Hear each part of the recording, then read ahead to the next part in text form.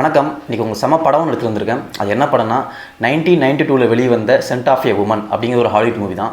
நான் first time ஒரு Hollywood movie subtitle இல்லாமல் பார்க்குறேன். சப்டைட்டில் இல்லாமல் படம் பார்க்கும்போதே சில டயலாக் புரியல, ஆனால் படம் பார்த்து முடிக்கும்போது சில படம் எந்திரிச்சு கைத்துட்டோம்ல, அந்த மாதிரி செமையாக இருந்துச்சு. மறுபடியும் சப்டைட்டிலோட அந்த படம் பார்த்தேன். அப்பயும் ஃப்ரெஷ்ஷாக தான் இருந்துச்சு எனக்கு ரீவாச் பண்ணும்போதும். சரி, இவ்வளோ பில்டப் பண்ணுறேன் அப்படி இந்த படத்தில் என்ன தான் இருக்குது அப்படின்னு சொல்லிட்டு இந்த வீடியோவில் சொல்கிறேன். ஸ்பாயில் பண்ணாமல் சொல்கிறேன். இந்த வீடியோக்குள்ளே போகிறதுக்கு முன்னாடி நம்ம சேனலை சப்ஸ்கிரைப் பண்ணாதீங்கன்னா சப்ஸ்கிரைப் பண்ணிடுங்க. நான் வீடியோக்குள்ளே போகலாம். இந்த படத்தோட ஒன்லைன் ஃபஸ்ட்டு சொல்லிடுறேன். ஒரு ஹைஸ்கூல் பையன் வீக்கெண்டில் பார்ட் டைம் ஜாப்பாக ஒரு எக்ஸ் மிலிட்ரி மேன் இருப்பான். அவனுக்கு கண்ணு தெரியாது. அவர் பார்த்துக்க கேர்டேக்கராக போவாங்க வீட்டுக்கு. அந்த எக்ஸ் மிலிட்ரி மேன் என்ன சொல்லுவான்னா, 2 நாள் லீவில் வந்து நான் வந்து நியூயார்க் சுற்றி பார்க்கணும், வா போகலான்னு சொல்லிட்டு இவனை கூப்பிட்டு போயிடுவான். இதுக்கு முன்னாடி என்ன நடக்கும்னா, ஸ்கூலில் ஒரு ஹெச்ஓடி இருப்பார். ஒரு 3 பசங்க சேர்ந்து அந்த ஹெச்ஓடி வந்து டீஸ் பண்ணிடுவாங்க. டீஸ் பண்ணுறதுக்கு நைட்டு ப்ரிப்பேர் பண்ணுவாங்க. அதை வந்து இவன் பார்த்துட்டு இருப்பான். இவன் பார்க்குறதையும் இவன் ஃப்ரெண்டு பார்க்குறதையும் ஒரு மேம் பார்த்துட்டு போயிட்டு ஹெச்ஓடி போட்டு விட்டுரும். இவங்க 2 பேர் அங்கே இருந்தாங்க அப்படின்னு சொல்லிட்டு அந்த ஹெச்ஓடி இவனை பிடிச்சிட்டு அது யார் பண்ணதுன்னு சொல்லி ஒரு இன்வெஸ்டிகேஷன் வைப்பார். ஸோ இங்கே டூர் போனாங்க இல்லையா, இவங்க நியூயார்க்கில் எங்கெங்கெல்லாம் போகிறாங்க, அங்கே என்ன நடக்குது அப்படிங்கிறதும், இங்கே ஹெச்ஓட்ட மாட்டினா இல்லையா, இவனுக்கு சஸ்பெண்ட் ஆச்சா இல்லையா, அந்த காலேஜ் அந்த ஸ்கூலில் படித்தானா இல்லையா, அதுக்கப்புறம் என்ன நடக்குது அப்படிங்கிறது தான் இந்த மொத்த படமே. இந்த படம் ஏன் பார்க்கணும் அப்படின்னு சொல்லிட்டு ஒரு 6 ரீசன் சொல்கிறேன். அதில் ஃபஸ்ட்டு பார்த்தீங்கன்னா ஸ்க்ரீன் ப்ளே. இந்த ஸ்க்ரீன் ப்ளே வந்து செம்மையாக இருக்கும். இந்த படத்தோட பவுண்டரி ஸ்கிரிப்ட் உங்கள்கிட்ட கொடுத்துட்டு படிக்க சொன்னால் எப்படி இருக்குமோ அப்படி ஒரு ஃபீல் இருக்கும். சீன் பை சீன் கிளியராக போய்கிட்டே இருக்கும். எல்லா சீனுமே செம்ம லென்த்தியாக இருக்கும். எல்லாமே மினிமம் ஒரு 15 மினிட்ஸாக இருக்கும்.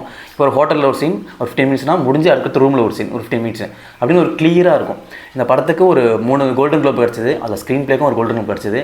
ஆஸ்கர் நாமினேட் ஆச்சு. ஆனால் ஆஸ்கர் வந்து ஸ்க்ரீன் ப்ளே கிடைக்கல, பட் ஆக்டிங் கிடச்சிருச்சு. செகண்ட் பார்த்தீங்கன்னா ஆக்டிங். அல் பாசினோ பண்ணியிருக்காரு. இவர் பெரிய ஆக்டர் போல இருக்குது. செமையாக பண்ணியிருப்பார். அவர் அந்த கண்ணு தெரியாத கேரக்டர் பண்ணியிருப்பார். சூப்பராக பண்ணியிருப்பார். நிறைய இடத்துல கண்ணே சிமிட்டாமல் நடிச்சிருக்கணும். ஸோ அழகாக நடிச்சிருப்பார். இவருக்கு ஆஸ்கார் அவார்டு கிடச்சிது இந்த படத்தில் நடிச்சதுக்காக. தேர்டு பார்த்தீங்கன்னா dialogue delivery and slang. Dialogue தான் அந்த படத்தில் மெயினாகவே இருக்கும். ஏன்னா வந்து அவங்க ஜேர்னி போவாங்கள்ல அந்த நியூயார்க்கு, அது ஃபுல்லாகவே வந்து இவர் கண்ணு தெரியாது வந்து அந்த ஹீரோக்கு வந்து சொல்லி கொடுத்துட்டே இருப்பாங்க. ஒவ்வொரு விஷயமும் பேசிகிட்டே இருப்பாங்க, டிஸ்கஷன் பண்ணிட்டே இருப்பாங்க. ஸோ டயலாக் தான் செம்மையாக இருக்கும். ஃபோர்த்து பார்த்தீங்கன்னா மியூசிக்.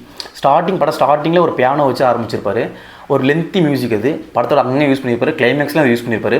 அது இல்லாமல் ஹோட்டலில் ஒரு சீன் இருக்கும். அது வந்து ஒரு ஜாஸ் மியூசிக் மாதிரி பண்ணியிருப்பாங்க, ஒரு வயலின்லாம் வச்சு. அதுவும் செமையாக இருக்கும். படத்தில் நிறைய இடத்துல மியூசிக் இருக்காது, ரொம்ப கம்மியாக இடத்துல மியூசிக் இருக்கும். அதை கரெக்டாக யூஸ் பண்ணி அந்த சீனே பயங்கரமாக எலிவேட் பண்ணியிருப்பாங்க. மியூசிக்கும் செம்மையாக இருக்கும்.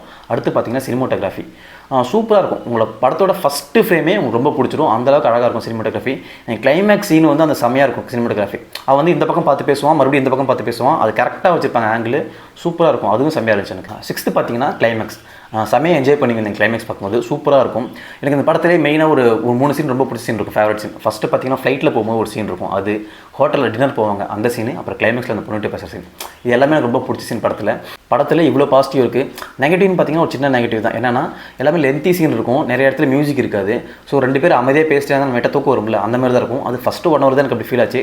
செகண்ட் 1.5 hours வந்து செம்மையாக இருக்கும். ஒரு சீன் கூட அப்படி போர் அடிக்கிறது சூப்பராக போய்கிட்டே இருக்கும். பார்க்க நீங்கள் ஒரு வேர்ல்டு டாப் கிளாஸ் சினிமா பார்க்கணும் அப்படின்னு ஆசைப்பட்டீங்கன்னா கண்டிப்பாக இந்த படம் பார்க்கலாம். நான் ஆல்ரெடி 2 வாட்டி பார்த்துட்டேன். இன்னும் டெலிட் பண்ணவே இல்லை. இன்னொரு வாட்டி பார்த்தாலும் பார்ப்பேன்னு நினைக்கிறேன். எனக்கு அந்தளவுக்கு இந்த படம் பிடிச்சிருச்சு. இந்த படத்தை பற்றி சிம்பிளாக சொல்லணும்னா scent of a woman - screenplay. இந்த படம் வந்து அமேசான் பிரைமில் இருக்குது. மறக்காமல் பாருங்கள். நீங்கள் ஆல்ரெடி பார்த்தீங்கன்னா உங்கள் கமெண்ட் சொல்லுங்கள். இந்த வீடியோவில் ஸ்பாயில் பண்ணாமல் இந்த படத்தில் என்னெல்லாம் இருக்குது அப்படின்னு சொல்லியிருப்பேன் நம்புறேன். இந்த வீடியோ பிடிச்சா லைக் பண்ணுங்கள், உங்கள் ஃப்ரெண்ட்ஸ்க்கு ஷேர் பண்ணுங்கள்.